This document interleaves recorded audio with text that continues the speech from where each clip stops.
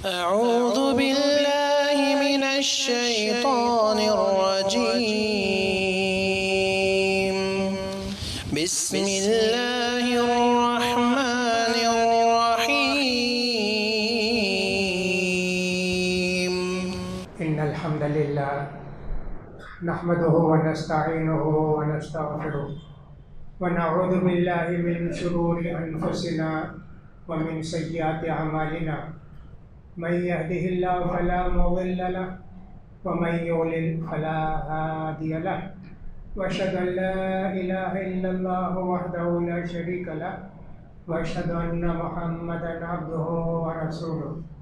أما بعد فإن خير الحديث كتاب الله، وخير الهدي هدي محمد صلى الله عليه وسلم، وشر الأمور محدثاتها، وكل محدثة بدعة، وكل بدعة ضلالة، وكل ضلالة في النار. يقول سبحانه وتعالى في محكم تنزيله: وإذا مرضت فهو يشفين. وعن أبي هريرة رضي الله تعالى عنه قال: قال رسول الله صلى الله عليه وسلم: لا عدوى ولا صفر ولا طيرة ولا غولة ولا هامة. وفي روایت: فر من المجذوم فرارك من الاسد. حاضرین جمعہ، پچھلے 2 جمعہ میں بیماری کے تعلق سے بہت ساری باتیں بتائی گئی، اور چند باتیں بیماری کے تعلق سے جاننا ضروری ہے. کیا بیماری ایک دوسرے کو لگتی ہے؟ ابو ہریرہ رضی اللہ تعالیٰ عنہ کہتے ہیں کہ نبی کریم صلی اللہ علیہ وسلم نے فرمایا: بیماری کسی کو نہیں لگتی جی، لا عدویٰ. پھر اسی میں کہا ولا ہامہ. اسی طرح یہ الو اگر بولتا ہے تو اس کی بھی کوئی حقیقت نہیں. ولا صفر، پیٹ میں کیڑے کی ایک وبا تھی، آدمی بہت کھاتا تھا اور ہمیشہ بھوکا رہتا تھا، اس کا معنی بھی سفر کا گیا، کیڑے. دوسرا ہے کہ سفر کے مہینے کی بھی نحوست کی کوئی حقیقت نہیں ہے. ولا غول، اسی طرح جب جنگلوں میں جاتے تھے تو شیطان آواز دیتے تھے، کہا کہ اس کی بھی کوئی حقیقت نہیں. اتنا بتانے کے بعد اللہ کے رسول صلی اللہ علیہ وسلم نے فرمایا: جذامی سے ایسے بھاگو جیسا کہ شیر کو دیکھ کے تم بھاگتے ہو. اس حدیث سے معلوم ہوتا ہے کہ جذامی لگنے والی بیماری ہے، لیکن عقیدہ یہ رکھنا چاہیے بذات خود کوئی بیماری کسی پر اثر انداز نہیں ہوتی. اللہ اگر چاہے تو بیماری لگے گی، نہیں چاہے تو نہیں لگے گی. پچھلے 2 سال سے ہم نے دیکھا کہ صاحب یہ جو کرونا وائرس کی بیماری کے متعلق اتنا پروپیگنڈا ہوا، یہ کہ صاحب حقیقت تھی کہ ہاتھ لگانے سے لگ جاتی تھی. بازو کوئی کھڑا ہوتا چھینکا تو اس کی وجہ سے لگ جاتی تھی. کتنے لوگ اس طرح مرے. اب آنے والی بیماری اومیکرون، وہ بھی لگنے والی ہے کہ نہیں لگنے والی ہے، اللہ بہتر جانتا ہے. لہٰذا کچھ بیماریاں لگنے والی ہوتی ہیں اللہ کے حکم سے، اور کچھ بیماریاں لگنے والی نہیں ہوتی ہیں، جیسے بخار وغیرہ ہے. اس کے متعلق کوئی نہیں کہتے کہ یہ بیماری دوسروں کو لگتی ہے. عرب کے اندر ایسا عقیدہ تھا کہ سب سفر کا مہینہ جب پیدا ہوتا تو کا بڑا منحوس مہینہ ہے، اس میں کچھ کام نہیں کرنا چاہیے.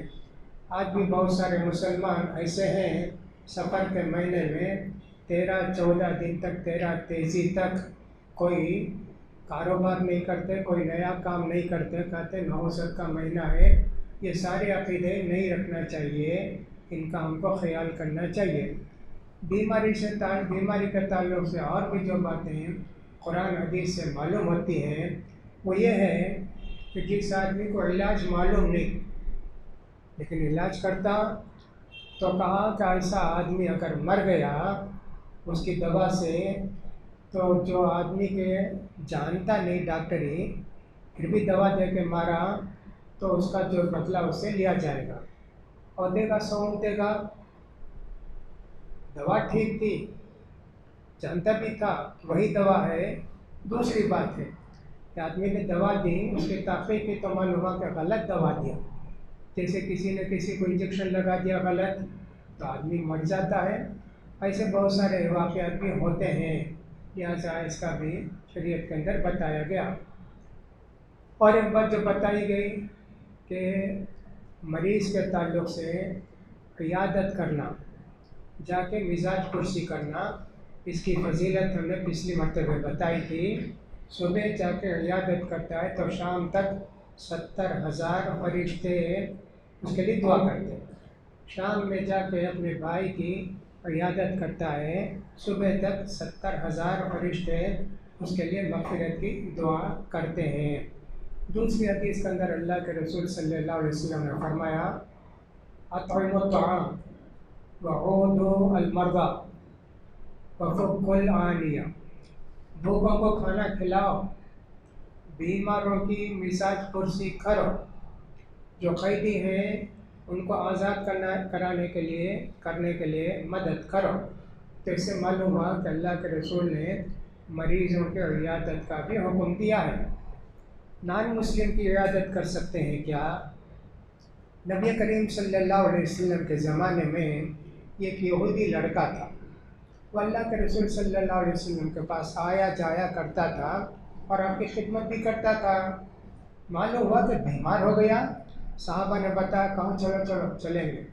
نبی کریم صلی اللہ علیہ وسلم اس یہودی کے گھر کو گئے اور اس کے پاس بیٹھ کر بولے بیٹے کلمہ پڑھو، لا الہ الا اللہ پڑھ لو۔ یہودی کا بچہ، اور وہ بچہ اپنے باپ کو دیکھنے لگا۔ باپ نے کہا اطع ابا القاسم، اللہ کے رسول کی بات مان لو جی۔ کلمہ پڑھ لیا۔ اللہ کے رسول اس کے گھر سے نکلتے ہوتے اتنے خوش تھے کہ اللہ نے ہمارے ذریعے ایک آدمی کو جہنم سے بچایا۔ اب اس کے بعد اس پہ جنازے کی نماز ہوئی نہیں ہوئی وہ سب حدیث نہیں ہے، لیکن اس سے معلوم ہوا کہ نان مسلم جو ہوتے ہیں ان کی عیادت کر سکتے ہیں، لیکن جا کے ان کو تسلی دیتے دیتے یہ بھی کرنا چاہیے اللہ ہی کے حکم سے بیماری آتی ہے، اللہ پر یقین رکھو، ایسی کوئی باتیں کہیں تاکہ اگر وہ شرک و کفر میں مبتلا ہے توبہ کر لے گا، ہو سکتا ہے کہ صاحب اللہ پر یقین آ جائے گا، اس لیے کوئی حرج کی بات نہیں ہے۔ تو اسپتال میں ہوتے علاج کرنا کیا نہیں، کسی کے گھر میں بھی کوئی آدمی بیمار ہو جائے تو جانا چاہیے۔ نبی کریم صلی اللہ علیہ وسلم کسی کا متعلق سنتے ان کو بخار ہے بیماری جاتے تھے، جا کے عیادت کرتے تھے۔ کبھی تو آپ اکیلے بھی جاتے تھے، کبھی زیادہ تر صحابہ کے ساتھ جاتے تھے، 2-4 آدمی جا کے عیادت کرتے تھے، اس لیے کہ اس کا بہت زیادہ فائدہ ہے۔ حضرت عمر رضی اللہ تعالیٰ نے کہا جب تم مریض کی عیادت کرتے ہو اس سے دعا کے لیے بولو، اس کا یقین زیادہ ہوتا اللہ پر، وہ دعا کرے گا تو اس کی دعا فرشتوں کی دعا ہوتی۔ کہا کہ سب جا کے اس سے درخواست کرو ہمارے لیے دعا کرو، آپ بھی دعا کریں گے۔ نبی کریم صلی اللہ علیہ وسلم جاتے تھے اور سب پیشانی میں ہاتھ رکھ کے دعا بھی کرتے تھے۔ کبھی تو آپ نے یوں فرمایا جس آدمی کو بیماری ہو، کوئی آدمی جا کے اس کے پاس 7 مرتبہ یہ دعا پڑھے اسأل اللہ العظیم رب العرش العظیم ان یشفیک، اسأل اللہ العظیم رب العرش العظیم ان یشفیک، 3 ہی جملے ہیں۔ کہا کہ موت کے علاوہ سب چیز اس کی ٹھیک ہو جائے گی، موت ہے تو وہ زندہ نہیں بچے گا، بیماری کچھ بھی ہو تو ٹھیک ہو جائے گی۔ تو پڑھنے والے پر بھی یقین ہونا، پڑھنے والے کو یقین ہونا اور سننے والے کو بھی یقین ہونا۔ بہت ساری دعائیں ایسی ہیں اس کا فائدہ یقین پر ہے، یقین کے ساتھ پڑھیں گے تو پھر اللہ شفا دے گا۔ جیسا کہ دعا ہے، دعا اگر دل سے کریں گے تو اللہ قبول کرے گا۔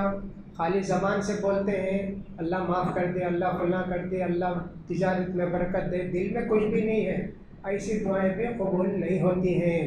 لہٰذا ہم کو چاہیے کہ صاحب مریض کے پاس جائیں تو اس کے پاس دعا بھی پڑھیں، اس کو تسلی دیں، بھائی ایسی بیماری آتی ہے، ماشاءاللہ بہت سارے لوگ اچھا ہو گئے، آپ کو بھی کوئی پریشانی نہیں ہوگی انشاءاللہ.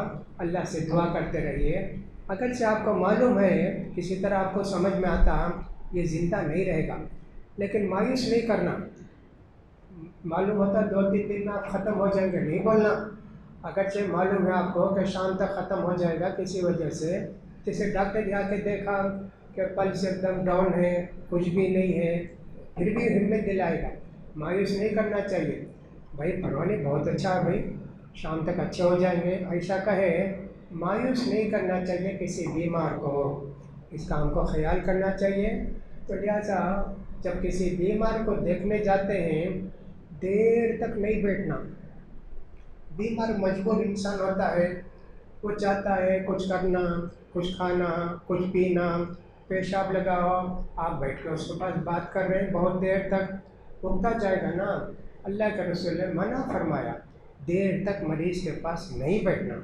ہاں مریض خود آپ سے کہتا ہے کوئی مجھے دیکھنے نہیں آتے، آپ آئے ہیں بیٹھے تھوڑی دیر، ضرور بیٹھنا چاہیے.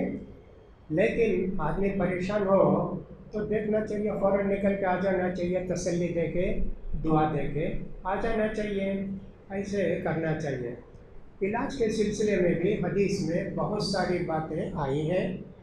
ایک بات تو یہ ہے کہ اللہ کے رسول صلی اللہ علیہ وسلم نے فرمایا فی الحبۃ السوداء شفاء من کل داء الا السام. کالے دانوں میں ہر بیماری کی شفا ہے سوائے سام کے. صحابہ نے پوچھا اللہ کے رسول سام کیا ہے؟ کہا موت. جی موت کے علاوہ کالے دانوں میں ہر چیز کی شفا ہے. اس کو کلونجی کہتے ہیں. بہت مفید چیز لوگ بتاتے ہیں، بہت کھاتے ہیں لوگ، استعمال بھی کرتے ہیں، بہت اس کے اندر شفا ہے. ایسے اللہ کے رسول صلی اللہ علیہ وسلم نے اس کو مختلف بتایا. اس میں بھی یقین ہونا چاہیے. موت اگر نہیں ہے، کلونجی کا روز استعمال کرنے کے لیے بھی اللہ کے رسول صلی اللہ علیہ وسلم نے ہم کو بتایا. ایک آدمی نے آ کے کہا کہ اللہ کے رسول میرے بھائی کو دست ہو رہے ہیں، بہت پخانے ہو رہے ہیں، پیچیش کی طرح. کا اس ہی اصلاً جا کے شہد پلاؤ جی. اب شہد میں پانی ملا کے پلاتے ہیں. پلایا اور زیادہ ہوئے. دوسرے دن جا کر بولا اللہ کے رسول پلایا اور زیادہ ہوتا. کا اس ہی اصلاً جاؤ جی شہد پلاؤ جی. دوسرے دن بھی پلایا اور بھی زیادہ ہو گیا.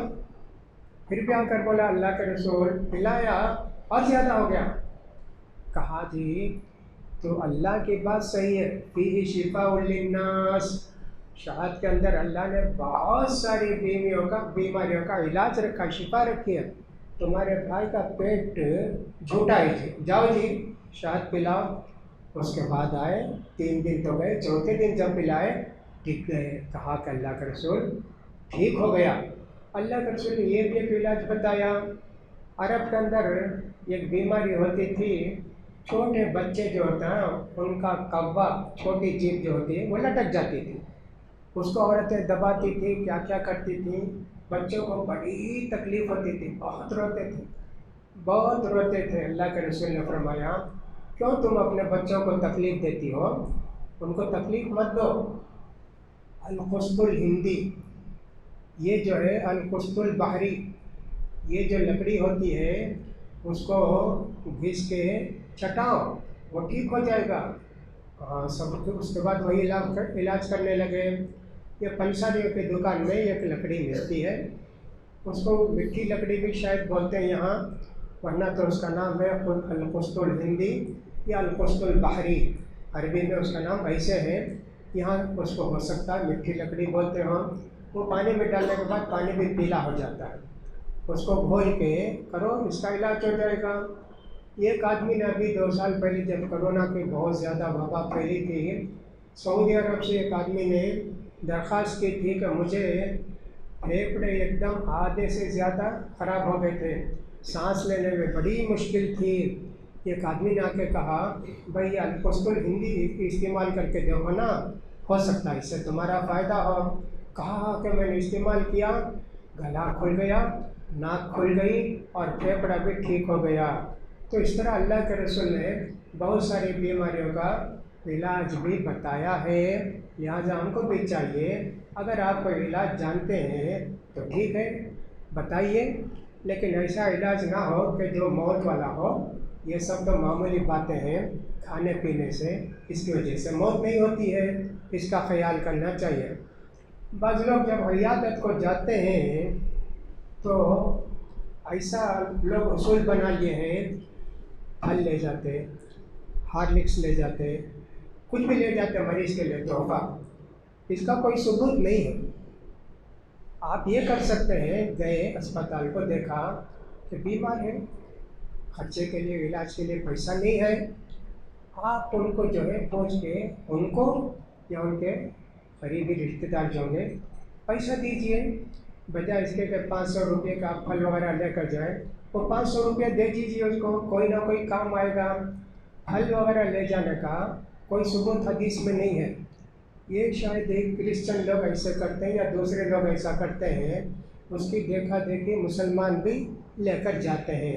میں نے کہا پھل پھلانے وغیرہ نہیں، تسلی کی ضرورت ہے، اس کو تسلی دیں گے تو وہ بہت بڑا پھل ہے سمجھے، اور بہت بڑا تحفہ ہے، لہٰذا اس کو چاہیے۔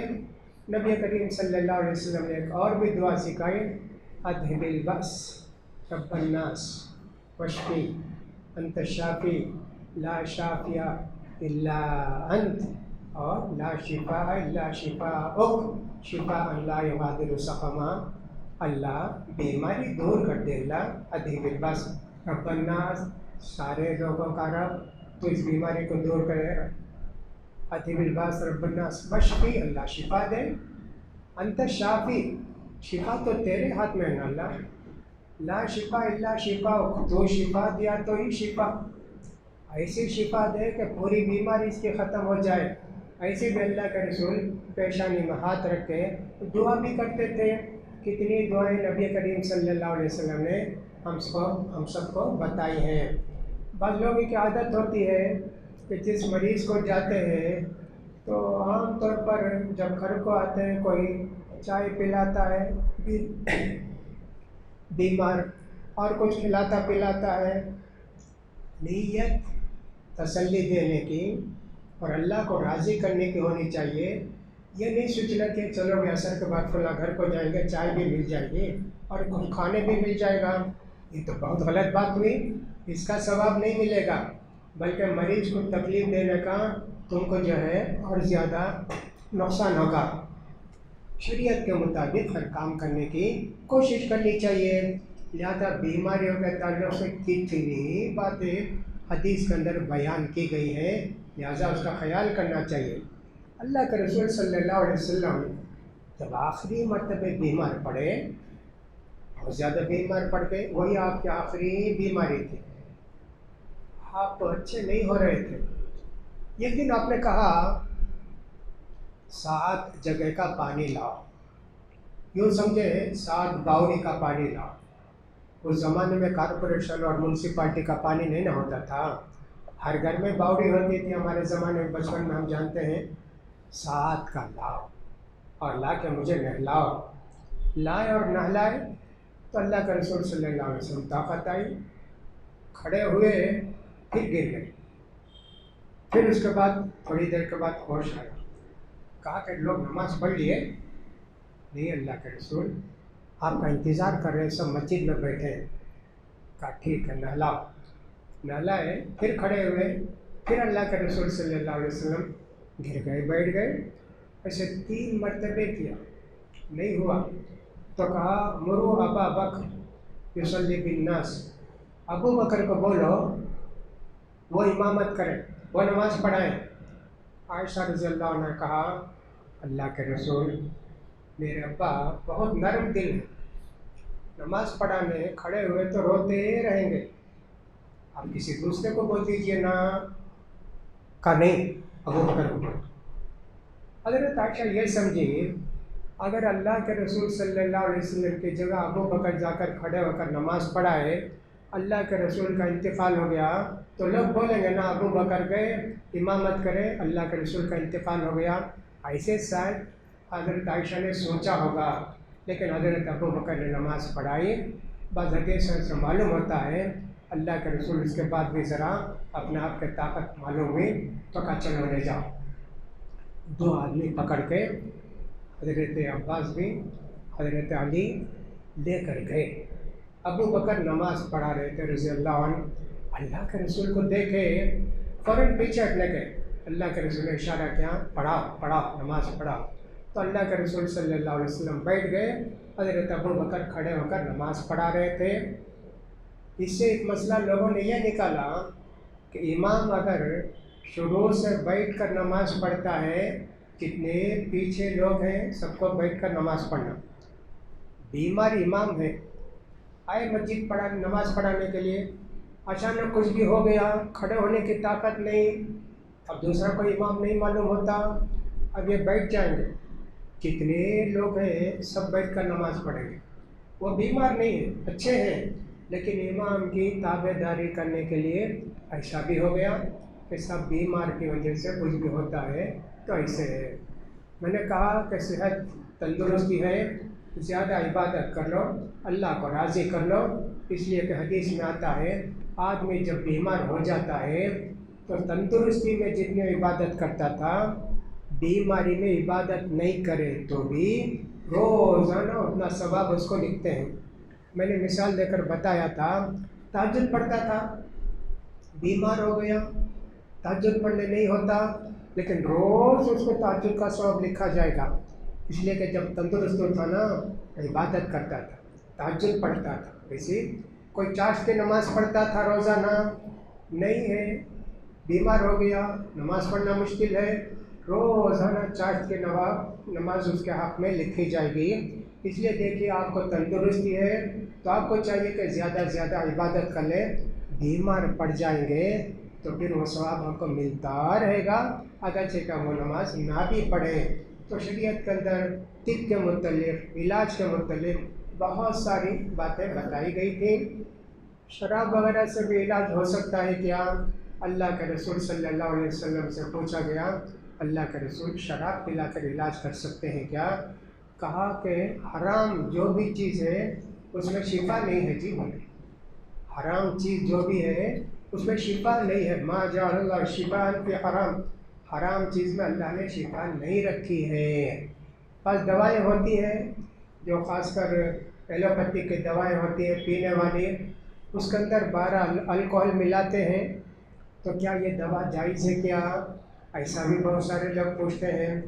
کہا کہ وہ دوا کا جز نہیں ہے، وہ دوا کو چند مہینوں تک ٹھیک رکھنے کے لیے الکوہل ملاتے ہیں. دوا خراب نہیں ہوتی ہے، ورنہ پینے والی دوائیں جتنی مرتبہ بغیر الکوہل کے رکھیں گے 15 دن میں خراب ہو جاتی ہے. الا کہ کوئی فریج میں رکھے ہیں تو ٹھیک ہے، تو علماء نے اس کی اجازت دی ہے. اسی طرح آپ جانتے ہیں ہومیوپیتھک جو چھوٹے چھوٹے دانے ہوتے ہیں اس میں بھی الکوہل ڈالتے ہیں اور اس کو کھلاتے رہتے ہیں پاور بڑھانے کے لیے. الکوہل ہے نا، اس کی دوا استعمال کر سکتے ہیں ہومیوپیتھک، ہاں استعمال کر سکتے ہیں. علماء نے اس کی اجازت دی ہے، اور وہ بھی جو ہے اس کے اندر وہ دوا کو محفوظ رکھنے کے لیے ڈالتے ہیں.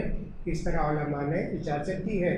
لہٰذا بہت سارے لوگ ایسے ہیں ڈاکٹر کے پاس جاتے ہیں اور اس کے بعد کوئی دوا لکھتے ہیں، ڈاکٹر تحقیق کرتے ہیں اس کے اندر کوئی غلط چیز ہے کیا، سور کی چربی ہے کیا، یا سور کا گوشت ہے کیا. ایسے بعض چیزوں میں ویسا ہوتا ہے، شاید کیپسول وغیرہ کے اندر لوگ تحقیق کر کے کھائیں، دوا اچھا ہے. لیکن سب سے زیادہ بھروسہ اللہ پر ہونا چاہیے کہ اللہ کی طرف سے یہ بیماری آئی، اللہ ہی اس کو دور کرے گا. اسی لیے ابراہیم علیہ السلام نے کہا وَإِذَا مَرِضْتُ فَهُوَ يَشْفِينِ، اگر میں بیمار پڑتا ہوں اللہ ہی کے ہاتھ میں میری شفا ہے، اس کا خیال کرنا چاہیے. تو علاج دعا سے بھی ہوتا ہے، دوا سے بھی ہوتا ہے. علاج دوا سے ہوتا ہے، دعا سے ہوتا ہے. دعا جو بیماری آئی اس کو بھی دور کرتی ہے، آئندہ کوئی بیماری آنے والی ہے اس کو بھی بچاتا اللہ. اس لیے دعا میں دونوں چیزیں ہیں. دوا کے اندر اب جو بیماری ہے وہ دور ہو جائے گی، اب جس سے بھی علاج کریں. آپ جانتے ہیں کہ ہمارے یہاں علاج کے بہت سارے طریقے انڈیا کے اندر،